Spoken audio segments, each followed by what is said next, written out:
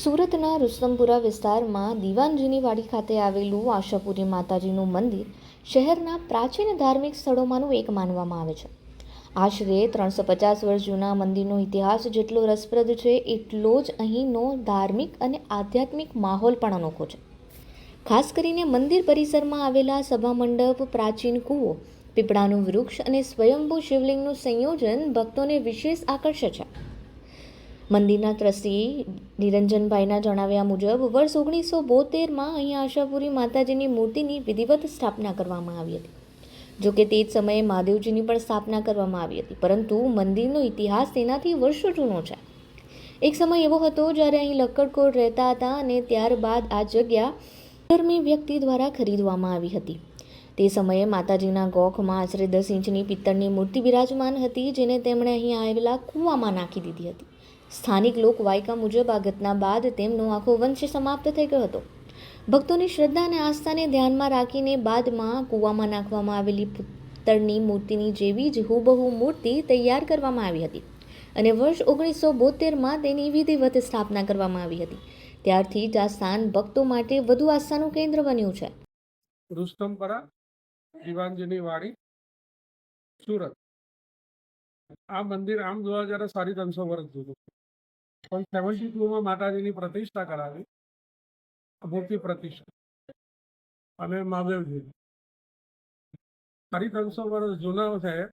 અને અહીંયા પહેલા છે ને એટલે લક્કડખોર હતું અને તે એક મામદાને ખરીદી લીધું.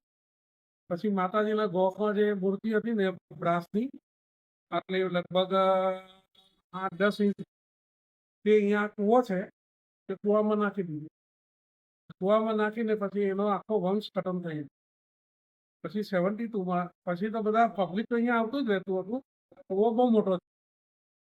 કૂવાની અંદર પીપળો છે, અડધો બહાર અને અડધો કૂવા. કૂવાની સન્મુખ શિવજીનું શિવ મંદિર છે, બરાબર છે. એટલે આ વસ્તુ છે ને બહુ જવલ જ હોય. પીપળો, કૂવો, યા તળાવ અને શિવલિંગ. શિવલિંગની સાનિધ્યમાં શક્તિ છે, એટલે શિવ અને શક્તિ. આ સિચ્યુએશન આખી માતાના મઢ જે ભુજ અંજાર છે ને એ રીતે છે, પણ ત્યાં આખી શક્તિ છે જેનું કોઈ આકાર નથી. અમે 72માં પ્રતિષ્ઠા કરી અને અહીંયા આ ડેવલપ થયું. મંદિરની સૌથી વિશિષ્ટ બાબત અહીં આવેલો વિશાળ કૂવો છે. આ કૂવામાં એક પીપળાનું વૃક્ષ એવું ઉગ્યું છે કે તેનો એક ભાગ કૂવાની અંદર જ્યારે બીજો ભાગ બહાર છે. કૂવાની બરાબર સામે સ્વયંભૂ શિવલિંગ મહાદેવ મંદિર છે. પીપળો, કૂવો અને સ્વયંભૂ શિવલિંગ આ ત્રણેયનું એક સાથે અસ્તિત્વ ખૂબ જ વિરળ માનવામાં આવે છે અને આ જ કારણસર આ સ્થળનું ધાર્મિક મહત્વ પણ અનેક ગણું છે. ચૈત્રી અને આસો નવરાત્રમાં અહીંની જે પરંપરા છે તે ખૂબ જ જાણીતી છે. ભજન મંડળી, કુંવારિકા ભોજન અને રાજભોગ માટે એડવાન્સ બુકિંગ તેની વિશિષ્ટતા છે. આ સિવાય સભા મંડપમાં ચારે તરફની દિવાલો તરફ શિવ મહાત્મ્ય, 51 શક્તિપીઠ, ચંડી પાઠના 13 અધ્યાય, નવદુર્ગાના 3 સ્વરૂપો તેમજ ઓમકારમાંથી પ્રગટ થયેલી આદ્યશક્તિના 3 સ્વરૂપો મહાકાળી, મહાલક્ષ્મી અને મહાસરસ્વતીનું સુંદર આલેખન કરવામાં આવ્યું છે, જે લોકોમાં આકર્ષણનું કેન્દ્ર પણ છે. ચૈત્ર મહિનાની અંદર અહીંયા ભજનોત્સવ થાય. 9 દિવસ વિવિધ ભજન મંડળીઓ બહાર રોડ પર મંડપ બનાવીને અમે ભજન રાત્રે 9 થી 12. અને આસો નવરાત્રમાં ખાલી ગરબા જ ગવા.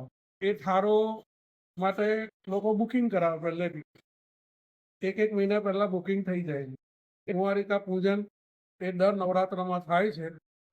કાપડનું વિતરણ કરીએ બધાને, ફ્રોક, કાપડ જે ભક્તો આપી જાય તે અમે બધું છે ને તે કુંવારિકા, એમાં 2 વર્ષથી માંડીને 11 વર્ષથી કુંવારિકાનું અમે પૂજન કરીએ અને એને પ્રસાદ કોમ્યુનિટી હોલમાં જમાડીએ છે. એક શિવ અને શક્તિ આ બે છે. તેમાં શિવ મહાત્મા આ સામેની દિવાલ પર છે.